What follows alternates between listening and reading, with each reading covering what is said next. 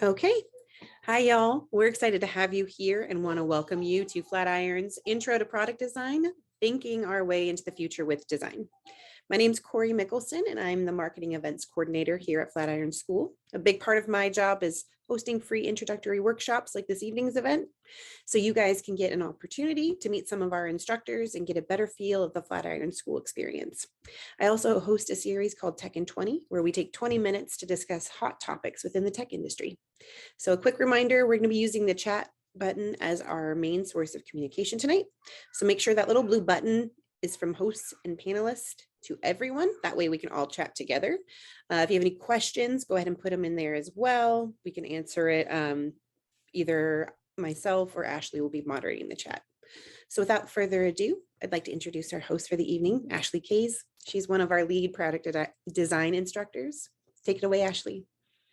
Hi, how are you? It's so nice to see you all here today. I'm not sure how many, oh yeah, we have a few participants. That's awesome. Well, it's great to see you. I love sharing design so much. The students that I have in my classes, a lot of times we talk about what does the design landscape look like now and what might that look like in the future? What do we need to consider? What should we be aware of? Design has changed so much since I started. When I began, I was actually 15 and I worked as a graphic designer for a real estate magazine. And I remember not too long after that, I worked for a newspaper, and back then we still did paste up. So we would literally typeset, columns. We would measure out our pages and then run it through a wax machine and set it on the design so that we could lay our pages out. And it was pretty involved. But what is amazing is that during that same time, we moved from, I was already digital, so was able to assist them in moving digital. And then not too long after that, the internet became more and more popular. When I first started, it was purely shell commands, typing on a black screen. Then Mosaic was introduced, the first graphical browser, and it was so exciting. And then after that came Netscape. And back then, web pages were largely a place that had static information. You could find some facts, you could find things, and just having a page in itself was so cool. So that was Web 1. Then, a few years later, fast forward, here comes Web 2. What do? We decide that we want to make applications available online. You don't have to install everything locally on someone's machine. You can work online, and this no code movement became a thing, which became Salesforce and some of the other technologies you've seen come into play. But we gave up a lot of control over our data for Web 2.0. We largely have given it to social media in various ways because of what we might have access to. Well, now, we're talking about Web 3 and what does the future look like, not only from a web perspective, but from a design perspective. So this is where we start thinking about things like control and ownership of our data, information about us. So Web 3 is largely based on, it is based on blockchain. And you've probably heard terms like NFTs and how does that relate to design, and metaverse and Web 3. So all of that leads me to where we are tonight, which is we are talking about scenario-based design. So we already went over what we're starting with, but it's really about thinking our way into the future. And there's a few frameworks for this. A lot of times what I'll do is I'll stop my students and ask them, what do you notice around you in the world? What do you notice? Do you notice movie titles and movie posters and the animations that, lead us into something? So the point of this is it's about becoming aware of what exists now and what could exist. So I think of it a little bit similarly to the jobs to be done framework, if you've ever worked with that. And that is about thinking about what we are trying to accomplish rather than how we got there or the technology we used. So it's, it's about putting ourselves maybe in a new seat so that we can think about who this is for and empathize with them and help, design and innovate for the future. So it's really a framework for innovation. So I love this quote by Steve Jobs. It was from the commercial, I think in the 1980s.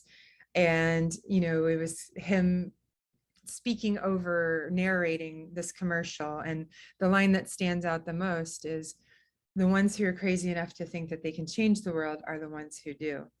So as designers, our responsibility many times is to conceptualize and imagine possibilities, definitely leverage patterns. We try to leverage things that are already in existence so that we don't break the mental model and what someone understands and expects.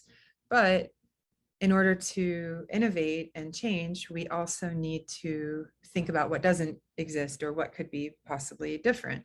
So for example, I don't know how many of you here may have wondered what it was like to, not have a cell phone. I have no idea of the age of the audience here, but I remember a time when I was a kid. I remember sitting in the back seat of the car thinking, wow, imagine if someday I could talk to my grandma and I could see her and she could see me. And it seemed like this crazy concept. Fast forward, now it's crazy to think of what it's like not to have a cell phone or, not to understand what this technology can do for us.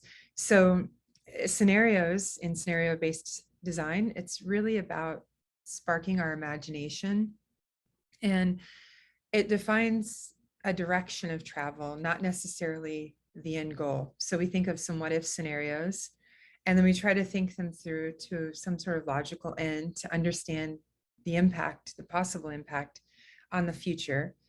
And then we create an action plan for a few possible outcomes, possibly also maybe some design ideas. So scenario-based design, we can use this to think about societal transitions in digital, social, green, from a sustainability perspective. So using scenario-based design, we can mobilize our imagination and we can imagine a future that we would like before we can design it. So what would we like to create? Now let's think about designing it. So in that sense, scenario-based design and speculative design makes this mission relatable. And in our scenario development process, we combine patterns, themes, and trends to tell strategic stories. So one of the ways that we can conceptualize and use scenario-based design is to frame this as a story. What would it feel like to walk in this future scenario? So the interesting thing about this, I'm not sure how many here are in the program or are thinking about the program, joining the program, or even just thinking about product design itself. But as designers, we are, so let me rewind and say it like this. When I started, I received instructions and I would design something based on those instructions that I received. And that's still true to some degree today. But another thing that I would do is I would try to come up with solutions or scenarios that maybe someone had not considered. So rather than asking me to create this thing for their product or this feature, what if instead we did this another way? Maybe there's a faster, less expensive, smoother solution that would lead to a better experience. And I'm mentioning this because I want to relate it to real life and what we do on a day-to-day basis, because scenario-based design is very interesting and it's something that you can definitely use to solve problems and think big. And I want to tie that to what we do also on a day-to-day basis. And that's, as much as we can, speak as the voice of our user, understanding and empathizing with who this is for and what we're trying to solve for, and make sure that we advocate for them and speak up if there may be a better way. So for example, I can think of many meetings, that I've attended, and, they'll say, we know what the users need. They need, you know, a faster chat solution. Well, maybe, but I don't really think that any users sitting at home thinking, well, I wish I had a faster chat solution. What they might think is, oh, I wish I could reach my friends and I wish I could talk to them all, at the same time and just get a message across to them really quickly. And it'd be so nice if I didn't have to go and select them all individually. So in other words, there might be more than one way to solve this need. And our job as designers is to think, innovate, and invent where possible ways to solve these, to meet these needs.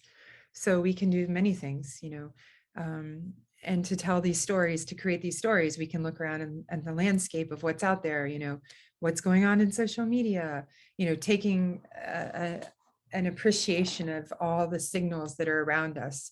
I remember many years ago, I went to the Web 2.0 conference in San Francisco, by far the coolest conference I've ever been to. And I still remember to this day, I believe it was the CEO of Twitter at that time, I believe it was Dick Costello, he said, what we need to do is separate the signal from the noise, because there's so much noise coming at us all the time.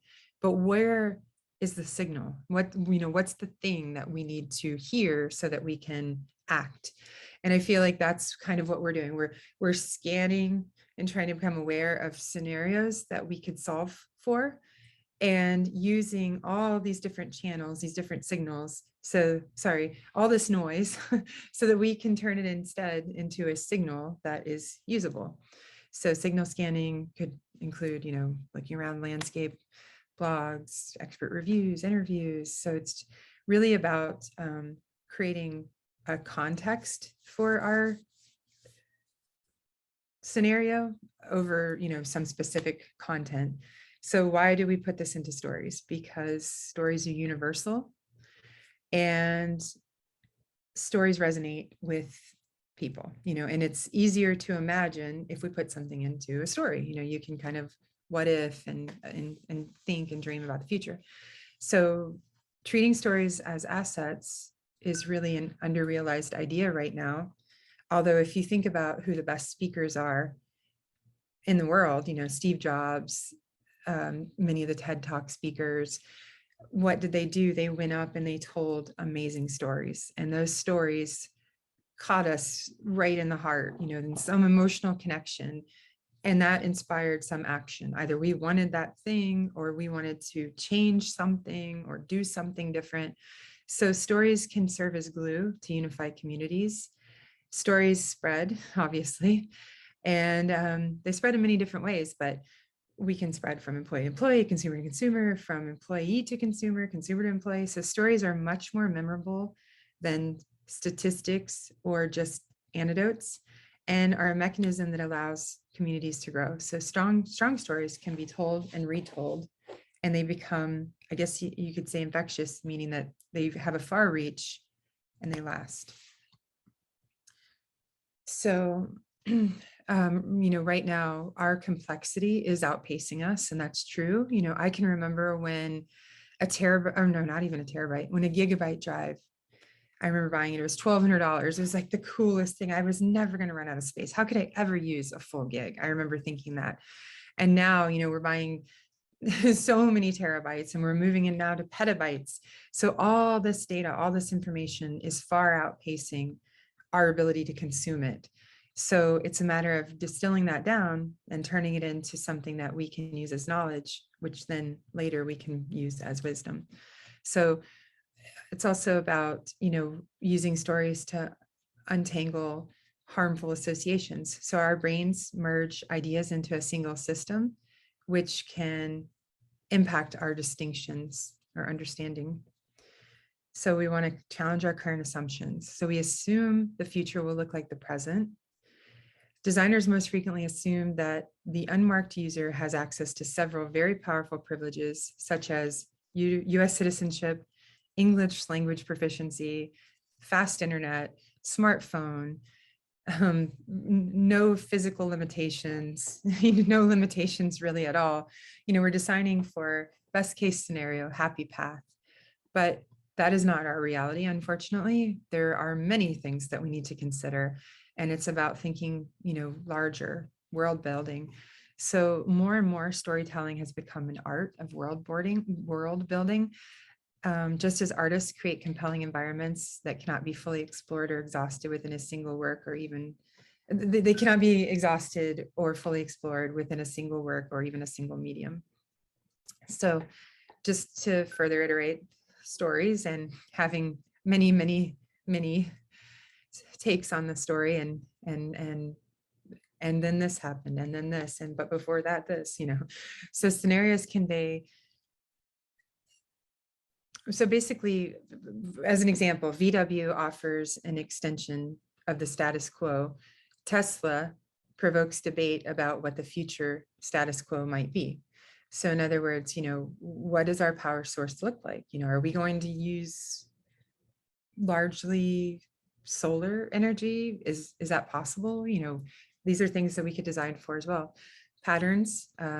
So for example, we can leverage design research, signal scanning, the agenda, the time, the landscape of time that we're dealing with, current environment, anticipated future environment, and all of these things can be taken into thought and used to, I guess, categorize or create an inventory of what is certain, what's happening now, what do we think may happen in 10 years. So it's really an exploratory method. And I think what's interesting about this, because a lot of times as a designer, my job day to day is to to design for what we need right now and what we hope will resonate in the near future and convert and bring an audience. Well, I should say actually the reverse, bring an audience and convert and engage so they come back, retain them,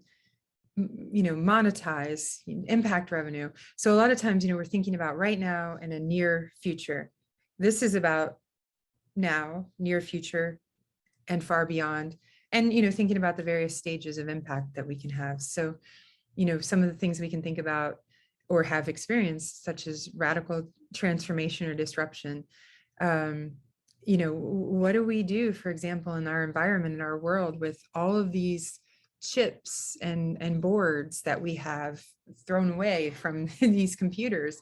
And what are we going to do about, the power consumption that we need for, this, for cryptocurrency and for all the new technologies? If NFTs are largely going to be used for Web3, what does that look like? Because NFTs are really generally Ethereum, and then Ethereum, there's some gas fees, so that requires power, so it's interesting to think about our power consumption and that it's going to greatly increase. What can we do to plan for this? So here's some other examples: interplanetary exploration, colonization, carbon sequestration, climate refugees. So continuation of familiar stories, some of the issues that we face now and hopefully solve for in the future. What do we do about housing and homelessness and these crises that we face in major cities? Even the impact that we've had from the pandemic. I just can't imagine the thought of something like that ever coming along to us. Seemed unfathomable. It was a board game. That was about it. And here, we've really encountered that, and as designers, we've had to think about things like vaccination cards, technology, vaccines, the technology in vaccines. How do we spread awareness? What does the mobile app look like that tells us where something's safe? What's not safe? Cliffhangers, lab-made cloned meat, actual meat, not the animal, just the meat. That sounds really gross to me, but I'm not a big meat person anyway. Local growing instead of shipping fruits and vegetables, sustainability, hydropower. So these are some other things that we can think about and design for. So, if trend X comes to pass, what is likely to follow? autonomous cars. If we think about this as the event, what are things that we can plan for or design for? Do people no longer need licenses? And if that's the case, does that car need some sort of that, anyway, I digress. But so one of the things that we can do for this is a future wheel, which is about choosing a domain that we currently do some type of work in and thinking about first, second, and third order impacts, which I'm going to show you in a second. So we write our idea in the center and brainstorm or research as much as possible the direct consequences. These can be positive, negative, or neutral. And these go in the first ring around this challenge. And is there another little graphic? Where did it go? Hold on one second. I lost my graphic, but I'll show you. Actually, let me show you a picture really quickly. Does anybody have any questions? Don't worry if you miss it. Okay. So I wanted to show you three tools that three futurist tools designers can use today. So one of them that I'm talking to you about right now is a futures wheel. So it looks like this. You have this event and then the first order impact and then the next impact. So what does that mean?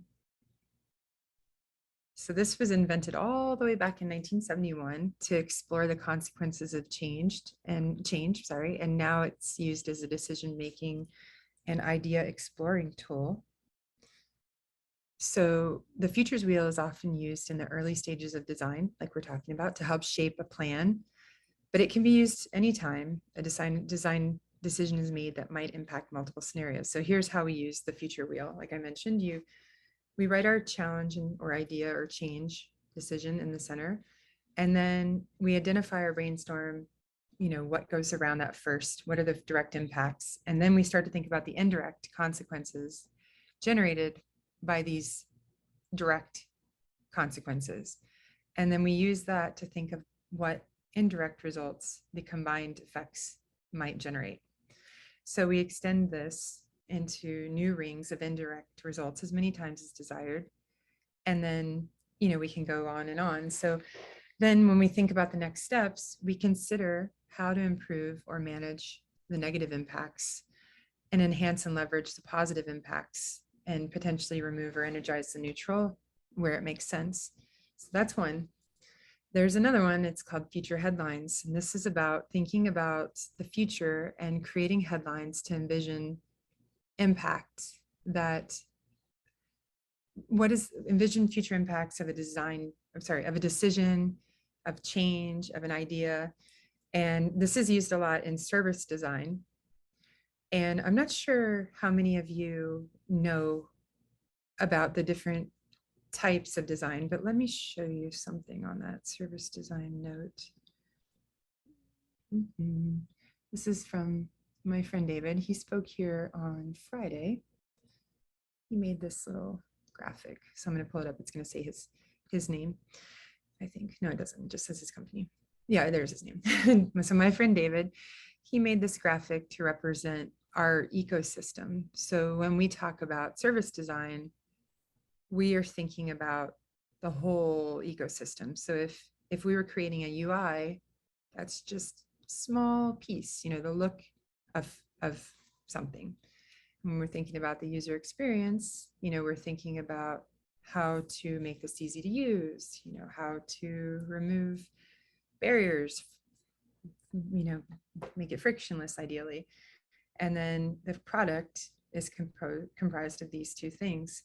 But there's so many other things besides just this one product or just the product that have an impact on our users. So for example, when we think about service design, we think about all the channels that our user might interact with related to us, and things that they may have even, from a journey perspective, may have been dealing with before, during, and after their interaction with us. So when we think about this bigger ecosystem, they call that service design. And when we think about, actually, let me show you this too. I'm just going to do a quick Google. Show you service design map. Let me pull this one up actually.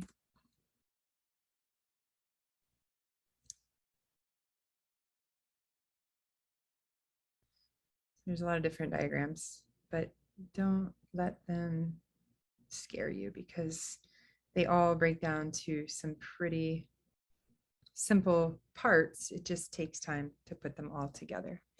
So let's see. Let me show you this one. Hopefully it increases to a large enough view that you can see it. I should have saved one for you. 1 second. Here we go. So when we're thinking about solving challenges for our users and creating these future scenarios, we can really start to get pretty broad in terms of how this may impact or improve, the whole ecosystem, not only just for a product, but, for the way we do something. It can be an entirely new experience. Like, for example, the way that we download music or the way that we listen to music. We don't even download it anymore. Sorry, we stream it. So, if we were thinking through, for example, Spotify, and we were thinking about how we would improve on that in the future, what could we do? Could we make it maybe potentially more accessible? Could we think more about, things that might be offensive, like explicit, you know what I mean? So in other words, what could we do? So thinking of what if scenarios, and then we can bring that in and start to map it out into, the ecosystem of what it would feel like for a user of our system. So if we go in and take a look at this wheel, I have a fig jam here for us. But before I go on to that, I wanted to see if anyone has any questions or thoughts or anything that they would just like to ask so far.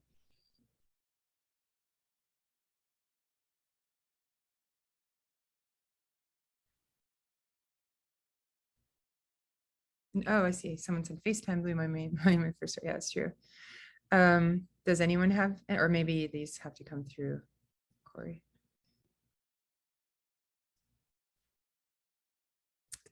I don't see any questions at the moment. No questions. So did maybe everyone fell asleep. I'm just joking. Well, what I would like to know is from the audience, because this is a very kind of cerebral, conceptual topic, I would like to know if you wouldn't mind sharing what level of experience is out there, like who's listening, so that I can expand and show you some things. If anyone doesn't mind sharing.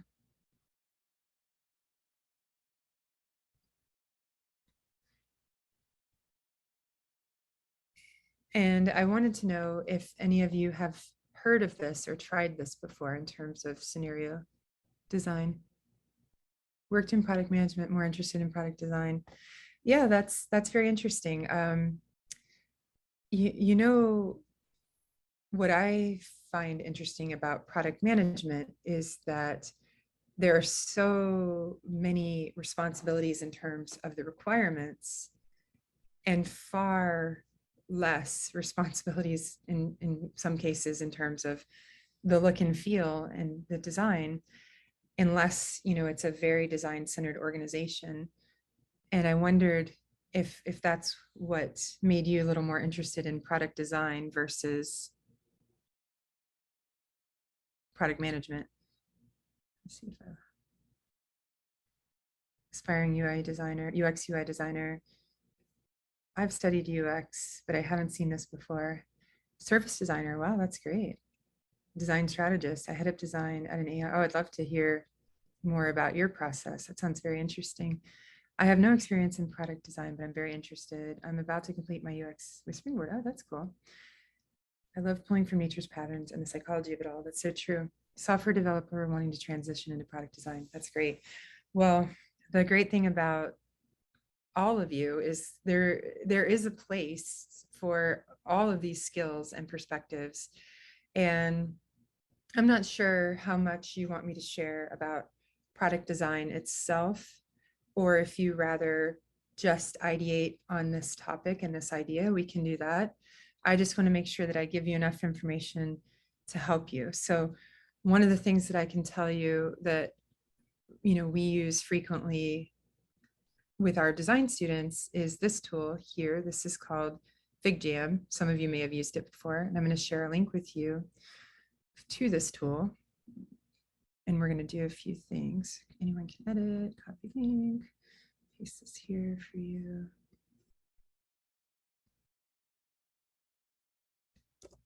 Oops.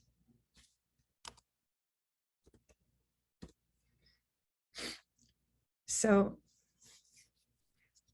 what I wondered is how many of you have heard or understood. Well, actually, let me start with the software developer transitioning over into product design. I'm going to start there. So the awesome thing about you stepping into this world, and the product manager too, all of you, I'm sure, actually, because you've all done a lot of different things and have a lot of experience, and all of that provides benefit to this world.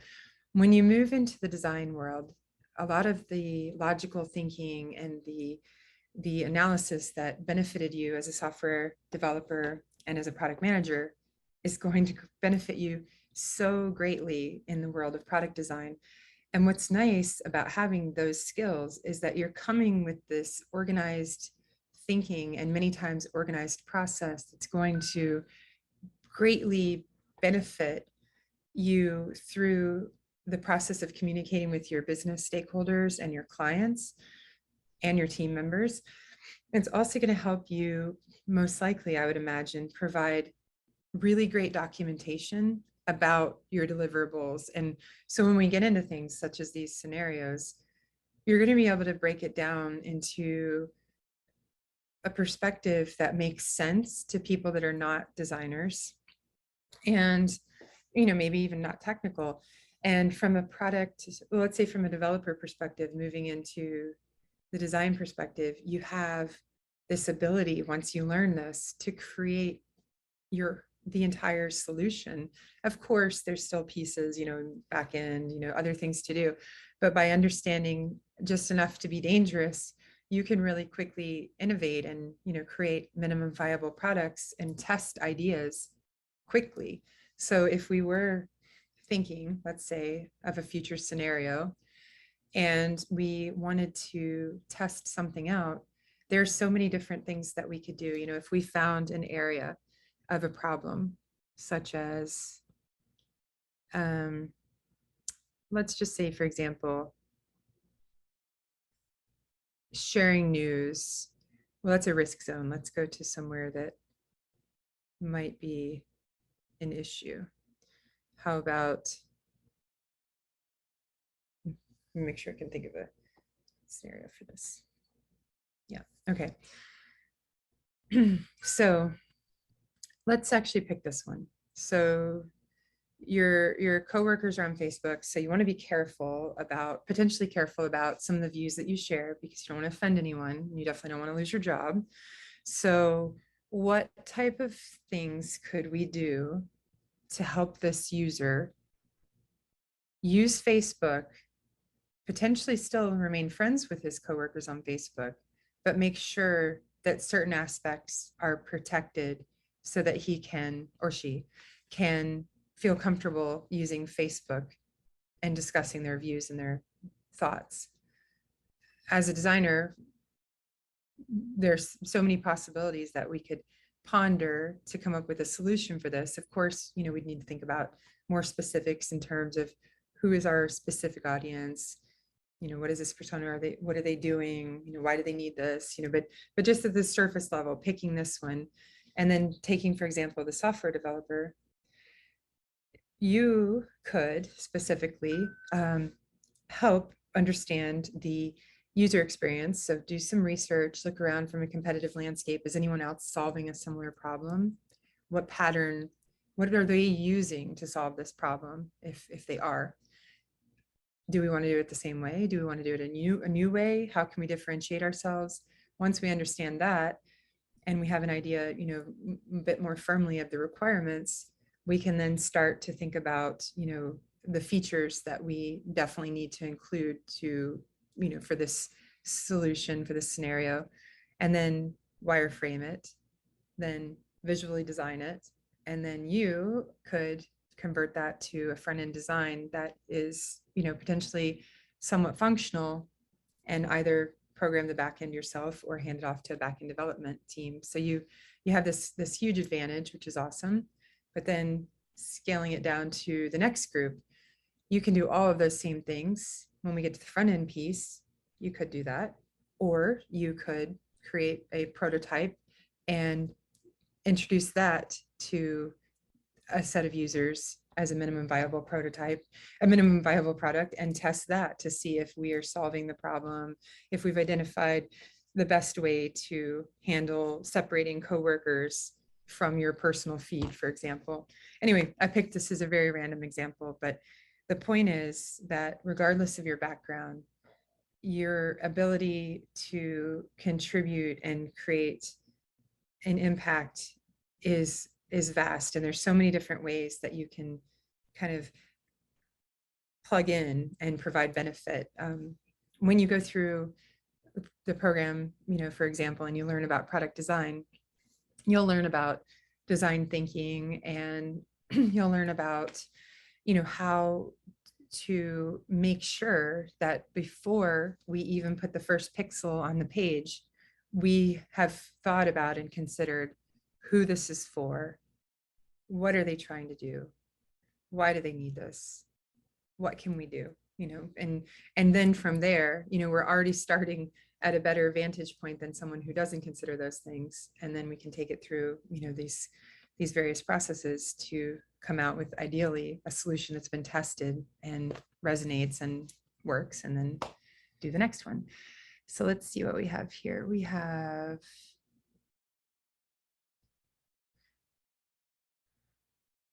I have no experience. Okay, I heard that one. I'm about to complete my UX UI Springboard. Heard that one. Software design. That's our Figma link. This is very interesting. I would definitely like to hear more about the career of product design compared to other disciplines. What unique skills do you use every day, etc.? Also, welcome any resources on how to become a better storyteller. It's always good to scale the come. Okay. So on this, especially thinking about this future scenario design and translating this to a story, there are actually quite a few tools that can help us with this. One is, for example, storyboarding. And that is where we think through, much like a movie, actually, let me just put storyboarding UX so you can see it, and then I'll show you the difference.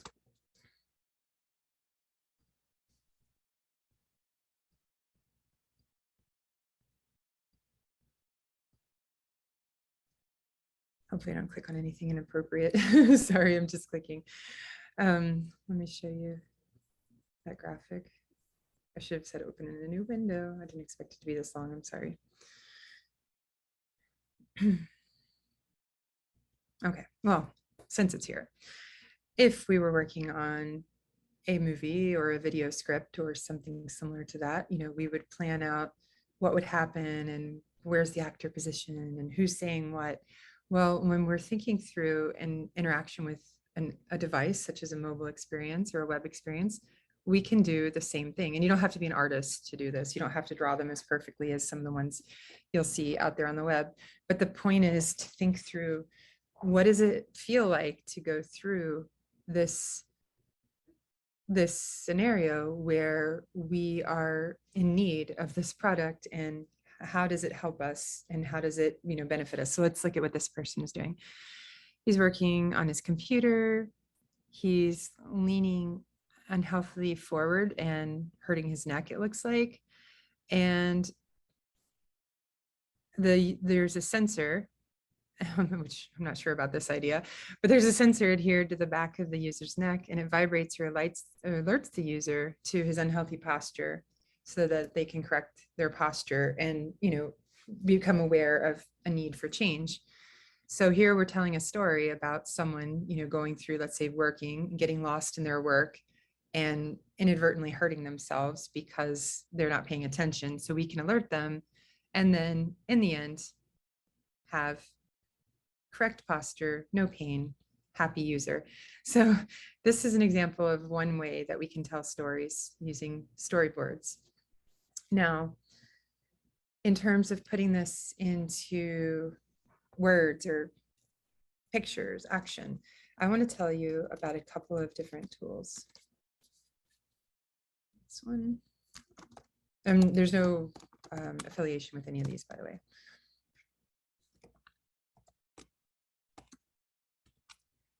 So all of these are really, really excellent tools to help you improve your storytelling. It says public speaking secrets, but it's less about the fact that you're speaking to someone and more about that you're thinking about what resonates with someone. What do I do to make sure that I'm engaging and that I'm hearing my audience? It's harder, honestly, for example, in this perspective, I can't see you.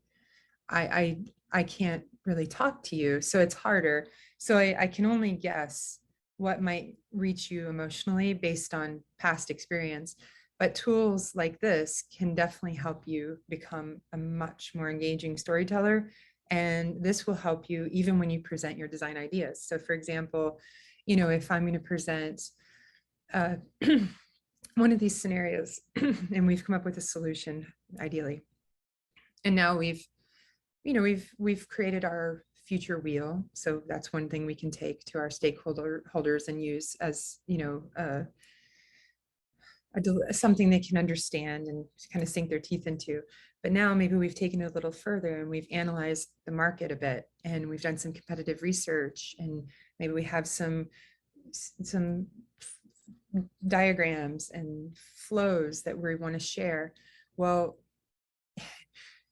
if you want to get an approval for your idea, the best way to be able to do that is to have this great enthusiasm and ability to convey that in a story that resonates with your audience. So they're ready to say, yes, sign me up. Let's get this into motion. Let's go. So that's one. It's called Talk Like TED, just a book. I remember, sorry if I'm telling too many personal anecdotes here, but I used to have this really fortunate experience at one of my early jobs because I was a designer and I was working in a more technical role. In this case, I was an IT director, but I still had these skills as a designer. And a lot of times, when I'd be asked to make a presentation, I would put a lot of time and effort into making sure that it would really reach the audience and they would understand what I was trying to convey. I would take data and turn it instead into information that was consumable and understandable. And many times I would walk away with a yes. And the reason is because it's understandable. I'm not just giving them facts and figures, which are boring. Instead, I'm actually breaking it down into a story that conveys the possibilities.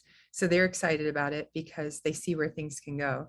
And I'm excited about it because they're on board to implement the new idea. But a few years ago, a book came out. It's called Slidology, and I was trying to show you some examples. But back then, presentations were pretty awful, and this was kind of the first steps into realizing that presentations and presenting, for example, our design work, et cetera, this is an opportunity to showcase possibilities. And in order to do that, we generally need great graphics, facts that we can back up, ideas that we've thought through and ideally soundboarded with someone and brainstormed to make sure that we're, on point. So how can we improve at this? Talk like TED. This is called Cytology. It's by Nancy Duarte, and she has a whole group of products now called, one of them is called Cytology. She has this Resonate, and they have, I'm not trying to sell you anything, but these are just things that have helped me. And they have some great books. Let me find them. Sorry, there's a bar in front of my transient. I don't want to close this. I hope that doesn't turn it off for anybody. Okay, books. So data stories, that's another thing that you'll hear frequently people say. If you want to reach someone in terms of data, tell it as a story. And I'll show you an example.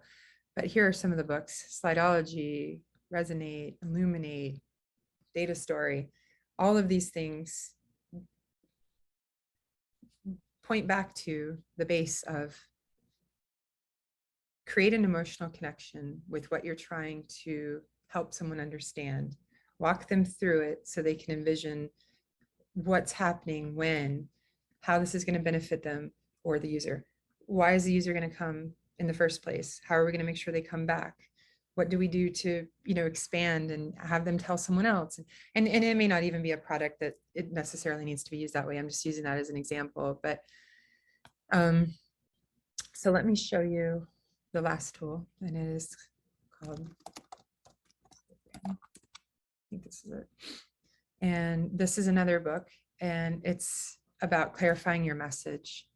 So there's a book that goes with this and a workshop and everything, and I think some free things, but it's really about distilling our message down, our idea down into something that we can then turn into a story. And in this case, he talks about our brand being a story as well, which you can probably think of some brands that do a really great job of telling a story, like Tom's Shoes. Let me see what you guys are saying out there.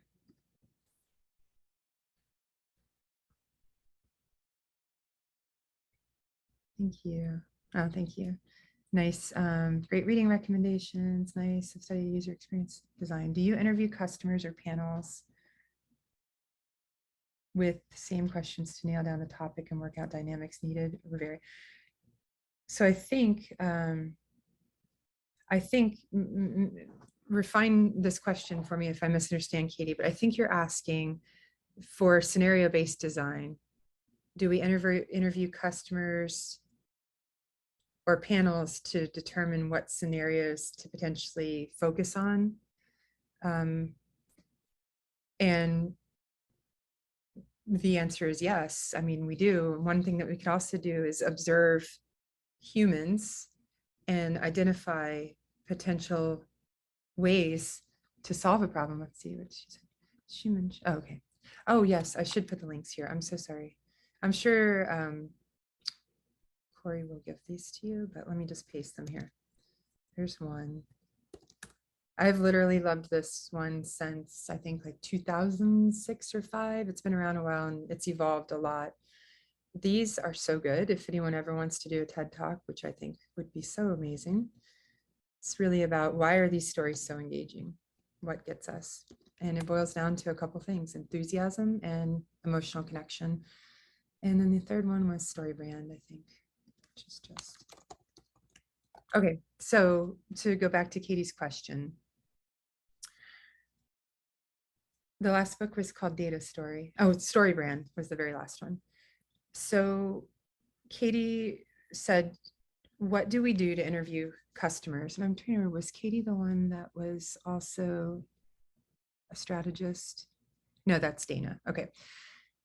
So Katie, yes, there are a few approaches to this. One, you can take a perspective.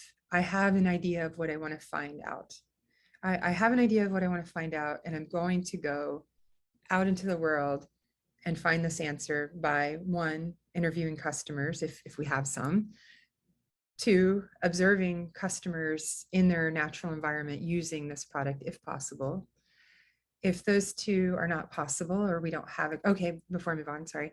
And generally we would want to identify some sort of script or process that we would use some sort of interview script or observation script that we would use so that we could make sure that we could measure our results accurately by being able to compare answers and, being able to turn this into some sort of report, which then we could later turn into a story for selling our idea, proving the need for this design change or implementation. But sometimes we don't know, or we don't have customers. So there are other ways we can find these answers. And some of them are, diving in and doing some research, for example, on the internet. But sometimes that's not enough. Likely that might not be enough information. So we can use tools like user testing if it's available to a certain organizations. There's other tools too. So I'm just using this one as an example.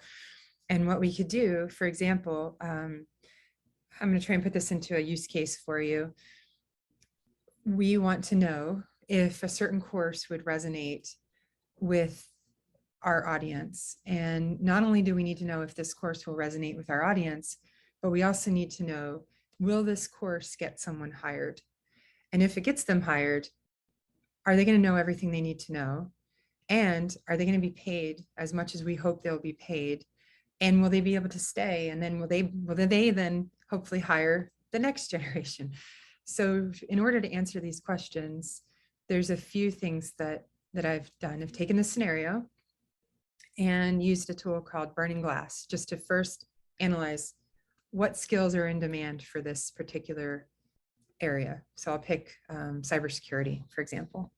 So cybersecurity, here's the skills that are slated, and here's how many jobs are open on Burning Glass right now. Here's what the landscape looks like for cybersecurity. It looks really strong. Now, I want to see if this is actually going to resonate with people. Do students want to know how to become cybersecurity analysts? So what would I do next? I would potentially run some mock ads, for example, and see who responds. And then when people respond, I would interview them and ask them certain questions that I could use then, once again, for a report that we could use to help decide what to do next. But that's not all. Now we have an idea of what's needed. We have an idea of what the students are looking for, ideally. But now we need to know, what are the hiring managers looking for? So in this case, I could take a few approaches. One, I could create a list of skills and give a closed test. Would you hire for these skills? Rank them in order of importance. Okay, great. Now, I could also ask an open-ended question. What skills are required for cybersecurity analysts to get a job? What level of expertise do they need within the first year? What are your expectations? So start to leave it a little more open so I can use that to feed back in for more testing. But these are all examples of finding out how something that we think is needed could actually be proven to be needed and ideally tested before we even have put the first sentence on the page to create curriculum for cybersecurity, for example. And you may think, well, what does that have to do with design? Well, all of it has to do with design, because we are thinking through the experience that we want to create for this student and ideally the who's going to hire them, and what are they going to need to be armed with all along the way so that they ultimately end up, employed and happy and, et cetera. So that's just one example that you could take that same case and apply it to banking or medical.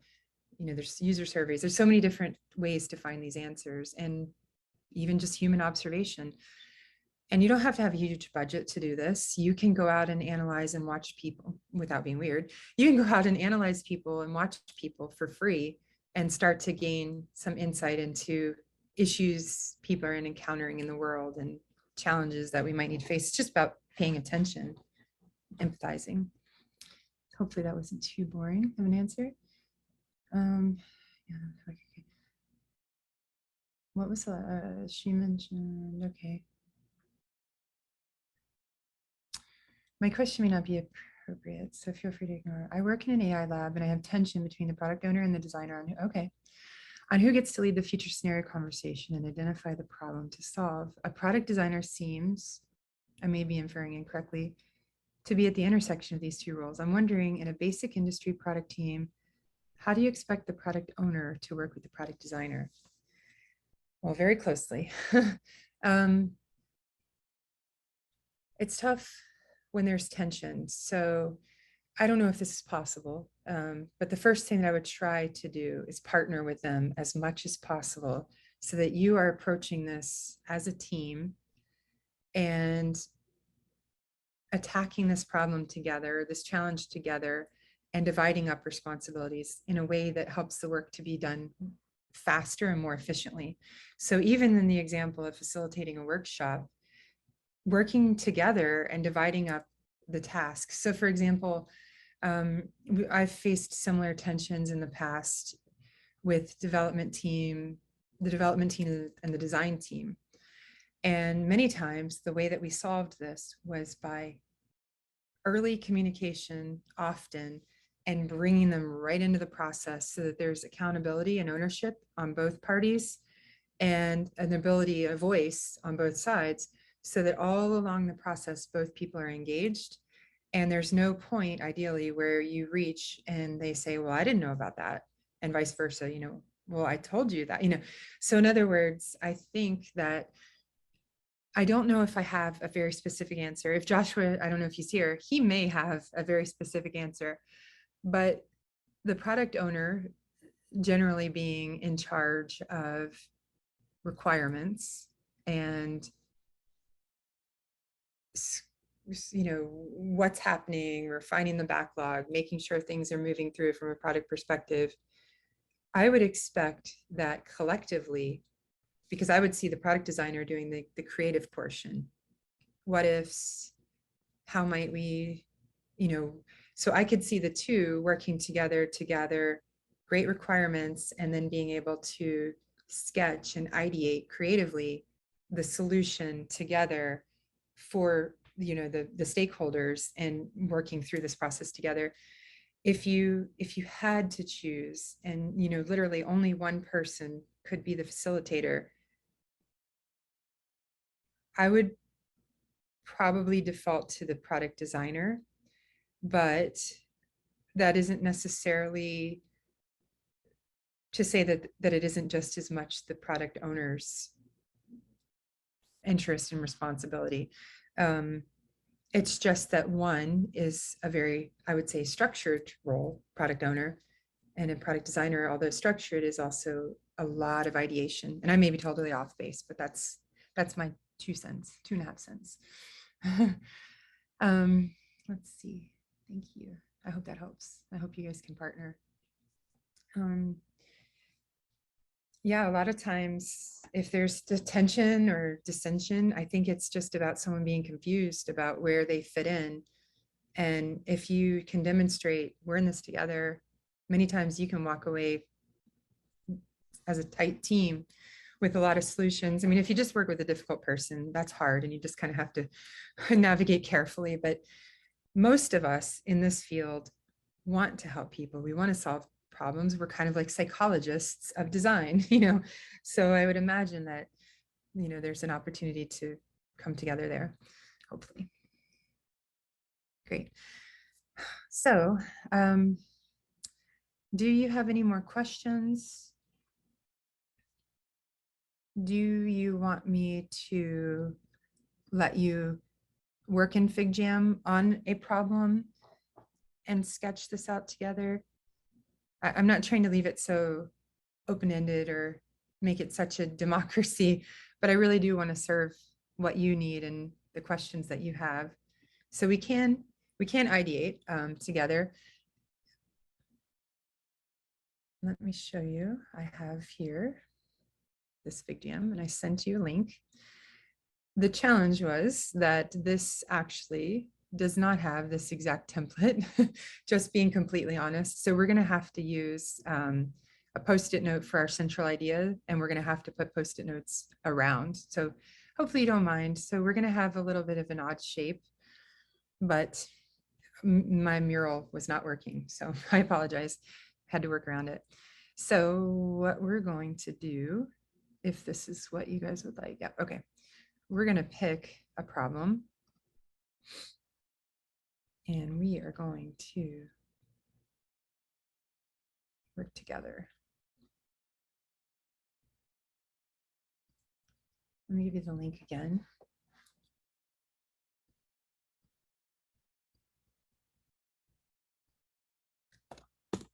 There we go. Did I miss a question? Any book suggestions on product marketing? Oh my gosh. I think product marketing is such an interesting and amazing part of what we do.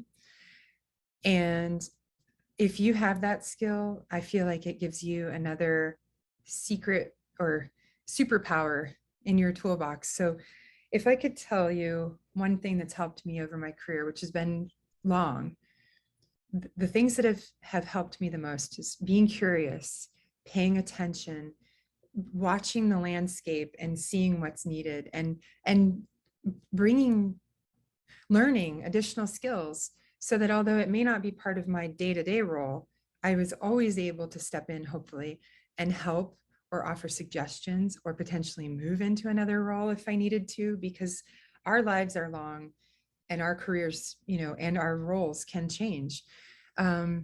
So what I would say in terms of product marketing, let me think for a moment on the best. I mean, the first thing that comes to mind, and I don't want to send you down a path if this is not what you're hoping for, but the first thing that comes to mind is understanding how a sales funnel works. And how do we, so I feel like there's a few things that the product marketing should understand very, very well, if possible.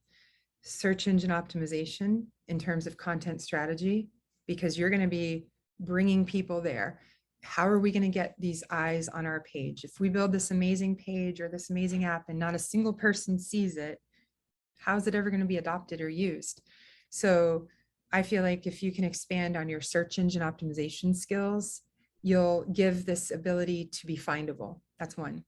Secondly, I already mentioned content strategy. That ties right to that. Next is, what does this sales funnel look like? How do we bring people in? Okay, so we brought them there. Now what do they do? Okay, we want to take them from A to B, and ideally we're going to have them accomplish C. But that's a story too. We need to walk them through the story as frictionlessly as possible so that they convert. So who is one of the most amazing people at this? And it's a little weird to recommend this because it's not exactly in our line, but what I would say is that if you understand how sales funnels and value ladders work and how to bring people to a site and how to create ads, you're going to own the digital landscape. And if you can create the look of your product and matching, engaging, compelling marketing assets, you're gonna have a really robust story, complete connected story. So I definitely recommend looking a bit into ClickFunnels, and it's not really ClickFunnels as much as the person who created it, who is Russell Brunson. And he has tons of books on traffic.com, expert, all these different approaches to convert traffic, bring traffic. And I understand that sometimes you might be marketing, well, I mean, even brick and mortar. I mean, it applies. You need people to see what you have to offer. And how do you do that? You resonate with their needs by making sure that you have terms that they're looking for. And when they land there, whatever it is, they're like, this is just what I needed. So I hope that helps. Visual guides to the best book on product management. Let me see what this link is. Oh, thank you. Awesome. So some other things on product. Oh, there's so many things. This isn't exactly related to that specific question, but I think there's some other things to think about. If you want to stand out in this industry, or you want your product to stand out in this industry or in this landscape, what can you do? Well, you can demonstrate that you're a credible expert in what you're doing. So for example, blogging, YouTubing. So what's coming to my mind right now is something called 5 Minutes to Famous. And it really boils down to proving that you know what you're talking about using things like a blog and YouTube and articles on LinkedIn, et cetera, et cetera, et cetera, so that we can demonstrate that we're the right candidate to be chosen. We're the right one to be hired. And in terms of our product, this is the right product for you. It was on the Today Show, and here's how I got it there. You know what I mean? It's just as an example. Let's see. No link still. You don't have the link for the Figma? Can you guys not see this? Let me see. Ashley, if you switch to everyone I'm for sorry. your sharing, I'm sorry. Do you see it now? I popped it in too, so Oh, they you should did. have it. Okay. Perfect. Good, good. Thank you so much. All right. So now let's head back over to our Big Jam. One second. Let me stop sharing for just 1 second.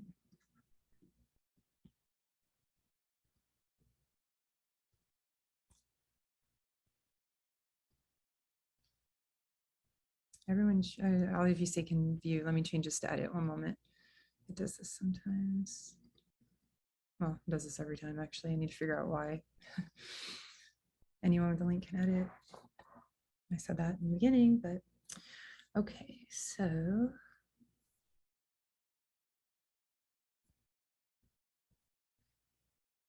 all right.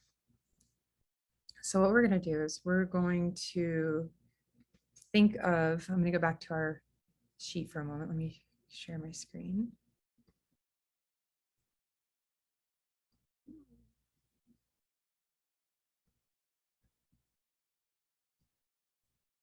Oops. Okay, back to our presentation. Oopsie. Sorry. I just started clicking like a crazy person. There's a bar that's getting in my way. And say, sure, Ashley, sure, that's what it is. Okay, so what we are going to do is we're going to choose a domain that we care about. And we're going to think about the first, second, and third order impacts. So first, I wanted to see if anyone has a domain or an idea that they'd like to do this for. If not, I'll give us one. Grab one.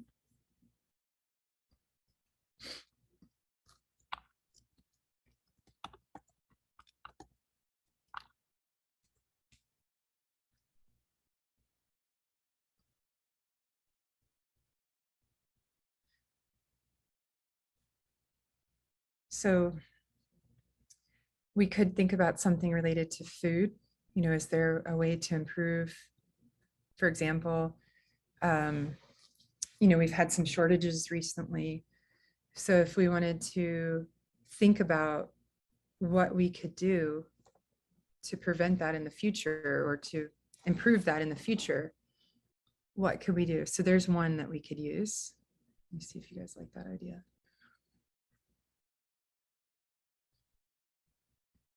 So let's say here, food availability. And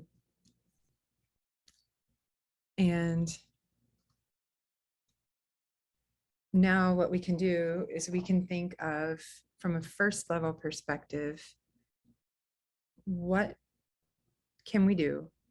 What's directly related to this? You just have to do with growing food, supply chain, because each of those are opportunities for us to make some improvement. We can improve, for example, from a growing food perspective, there may be something that we could do from a bringing food perspective, energy faster. We need one of Elon Musk's space, not the one that's just going to be able to rotate right around the earth in like 20 minutes. So we can move our food from China to, or from Tokyo to Florida in like, I think literally like 20 minutes. How about something like that for our shipping options? Okay, so I don't see you guys moving anything. So in the Figma tool, let me share my screen. There is at the bottom little Post-its on that toolbar. So we can grab these little Post-it if you see them. And if they're too big, you know, you can size them down. And like I mentioned, we don't have a circular shape, but we can kind of create our own circular shape. So we'll have this first center item, then we have a second, and then we can have a let's say a third level. And we can start to create how things are connected. And then if you like, you could literally even connect them together like this, but you don't have to. So I used the little arrow. So the only things I've used so far is Post-it, and you can see next to Post-it there are color choices. I have used the little arrow, and if you feel so inclined, you could also use the marker if you wanted to. So our event is food, and I'm wondering if I should even say availability, and if I should just instead say nutrition, you know, what can we do? I'll just call it food. All right, so do you guys understand what to do? So at the first level, we're going to think about what is a directly related. So we could say, for example, oops, farm. This is not working. Farming. And then from farming, oh, there's so many things that could tie off of that. I'm going to think about transportation. But you can add anything that you think. We're just ideating right now. Because we could also, from our food, we could think about, well, how do we make sure? Oh, I wonder, is that Josh? No, that's Sarah. Oh, she's doing something. Thank you, Sarah. She's doing something cool. All right. Let me see if she said anything in the chat. Sarah said grow food. Okay. I like your circle idea, Sarah. I'm on this screen. Laugh out loud. Yeah, got it. Yeah, so feel free. Maybe we should use the circles instead. I like your idea, Sarah. And since this is, do you want to set the center item as food? Yeah, perfect. Okay, we're going to use Sarah's circles. See, that's how we work together. Thank you, Sarah. I love it. Okay, so food. Oh, all right. Ooh, that's a giant one.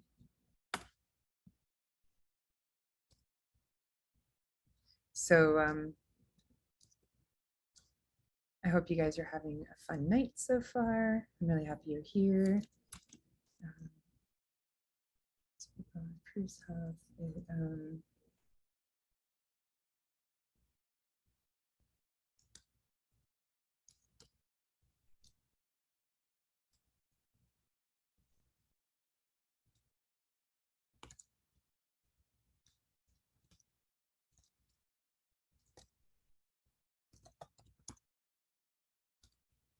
It's our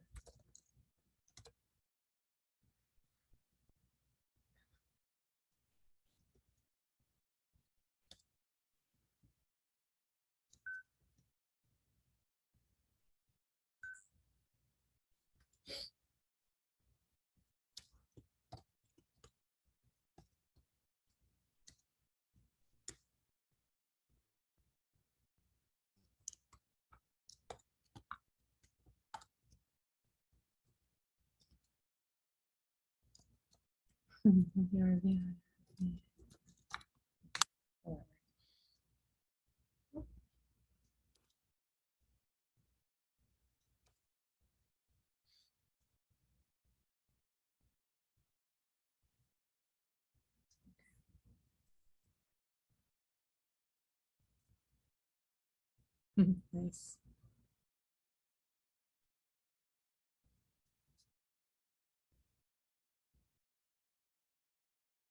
I like it. Yummy. That's cute.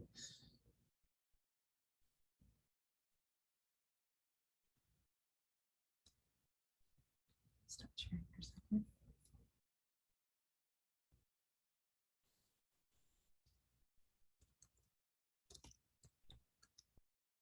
I'm almost out of time.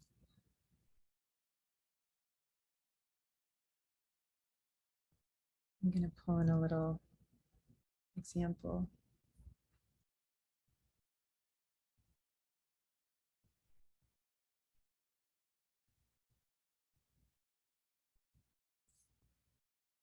Not that one.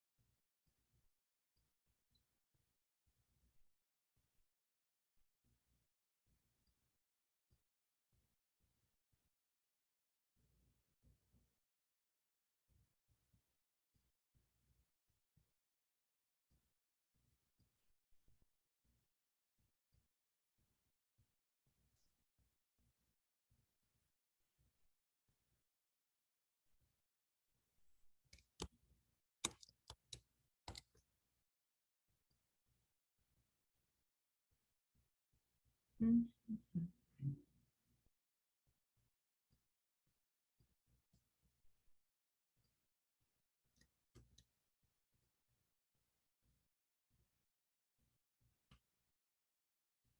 Nice.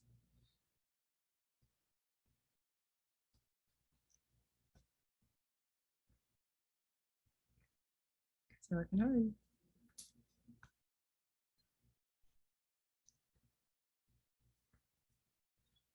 I'm going to give you this link.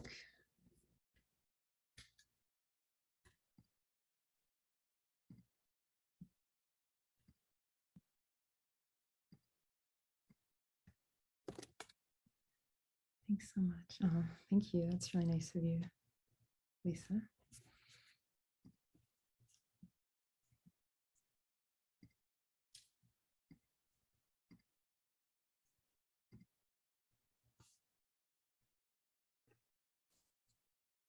We have about 5 minutes left, Ashley. 5 minutes. Okay. All right. So 1 second. I'll just give you 1 more minute to wrap that up.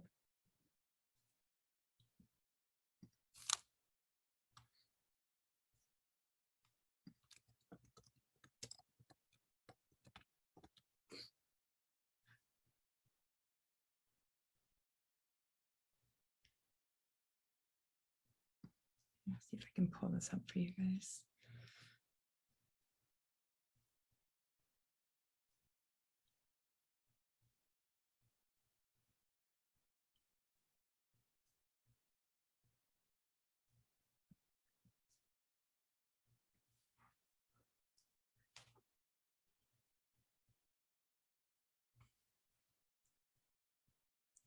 All right, so I'm just going to drop this in. So the next thing that we would do, I mean, obviously we need a little more time on our wheel, but we would analyze the implications and start to define some requirements, and then start to identify actions, and then we can repeat it again, dive in more and more.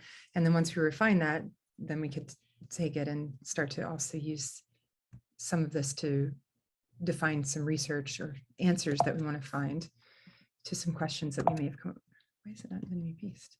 That's weird. Let me check something.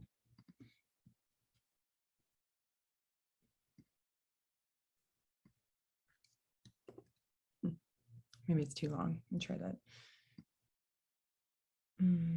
Okay, so the next thing we would do is analyze. And then once we've analyzed, then we will create an action plan for either analyzing again or doing some research.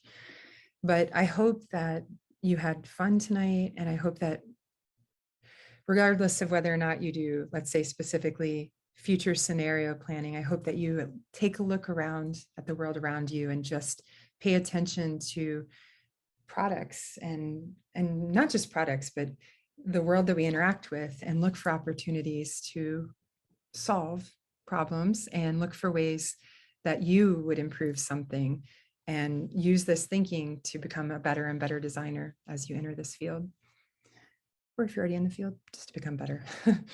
I hope that you all had fun, and I really appreciate you coming very much. Does anyone have any final questions? I think you have my email, but let me just put it here just in case. Feel free to email me. Also, feel free to connect if you're interested with me on LinkedIn. I'm always willing to help or connect in any way that I can. If you need anything, there we go. So that's me, and there's my email. If any final questions, otherwise that's probably about it. Well, thank you, everyone, and Ashley for zooming in tonight. I did drop some links in the chat as far as our next product design info session if you want to learn more about the program. Also our YouTube channel, and a link for admissions if you have any questions for any of our admissions reps.